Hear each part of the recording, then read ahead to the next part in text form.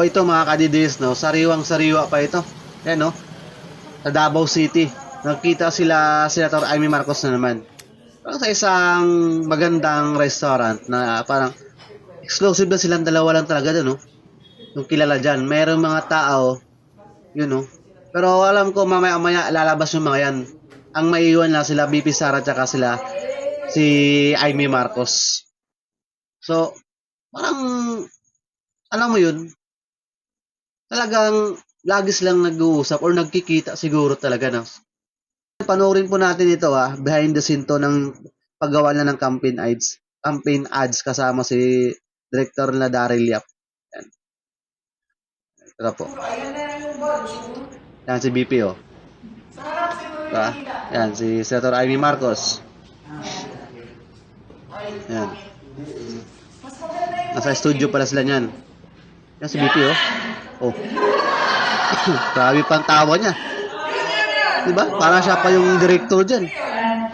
Ano yung tawa na walang kahalong kaplastikan? O legit na tawa? Ano ba? Diba? Ayun. Nakikita niyo sa mukha ni BP Sara. Parang wala, normal lang. Diba?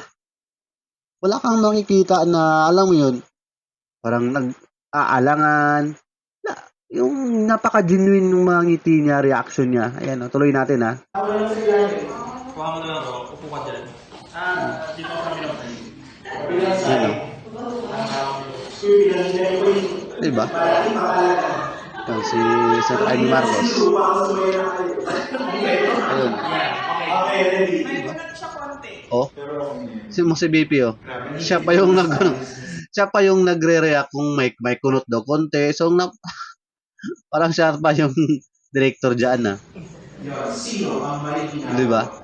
So, ayan mga kabayan, no? So, nakikita naman po natin yung friendship talaga nila, BP Inday, no? Tsaka Senator Amy. Na, alam mo yun, kung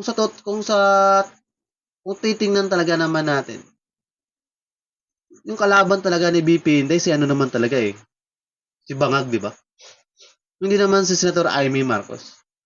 Kasi kung naalala niyo po yung tinawag, sabi niya, huhukayin niya yung tatay niya. Tatay ni Amy Marcos, no? Doon sa libingan ng mga bayan. Di ba, ang tinawagan niya nun si Senator Amy Marcos. Ibig sabihin talaga, may communication talaga sila. So, it's about time talaga na nagtutulungan sila ngayon. Tumulong din si Senator Amy Marcos kay BP Sara.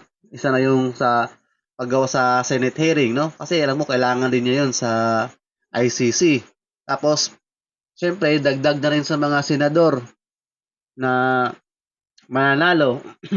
Kasi hindi naman talaga papasok yung boboto natin lahat. Alam kong hindi basta sa makapasok yung 10, hindi natin masusure na pasok yung Duterte na ini-endorse ni Tatay Digong. Diba? So, kailangan niya pa ng mga backup ng mga senador para hindi talaga siya ma-impeach. Kasi pag na-impeach si BP Sara, wala na. Tapos na. Wala nang magiging kandidato, wala nang magiging presidente na Duterte sa 2028. Mamamayagpag na yung mga Romualdez at Marcos naman ulit. So, malaking tulong po yan pag kapasok pa yung Duterte, may dalawa pang dagdag natin si Camille Villar, saka si Senator Amy Marcos. So, 12, plus meron pang unang mga senador na pabor din naman kay BP Sara. So, may chance talaga na hindi talaga ma-impeach si BP Sara doon. So, yun lang po yung, as para sa akin lang yan mga kabayan So, kung kayo, meron din kayong mga comment, suggest, pwede kayong mag-comment dyan down below. Diba? So, ayan mga par, panoorin natin tong video ni Senator Amy Marcos, no? Ayan. Oo. Ma'am, I need to ask directly, ito po ba ay resulta or sort of reward ni VP Sara sa inyo after the series of hearings that you conducted about the ICC arrest of his father? Reward po ba ito o paano ba? Ay, hindi ko naisip yun. Hindi rin niya naisip. Talagang nag-uusap na kami noon pa. Sabi niya, tsaka na ang mga ngampanya. Ayoko nang umikot nitong eleksyon na to. Pero yun nga, nung pabalik niya sa Hague, inutusan niya ata sila ni Senator Robin, ni Presidente Duterte ng mga ngampanya at tulungan ng mga kasangga.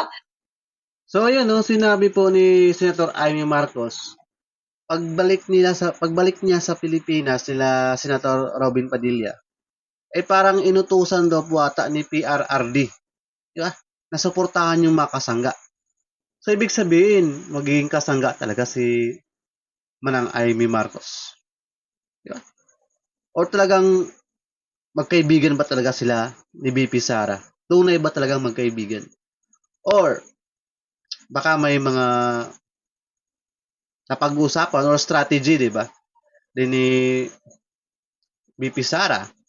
So, mahirap natin naman hulaan kung ano talaga yung totoong pakay or totoong plano nila, bakit sila ngayon nagkasama. Diba? Bakit kumalas si Senator Amy? Diba? Parang yung pagkalas niya is, hindi pa ata si PRRD nun kinidnap sa papuntang Dahig, diba? Nung nakidnap na, doon pa lang siya kumalas.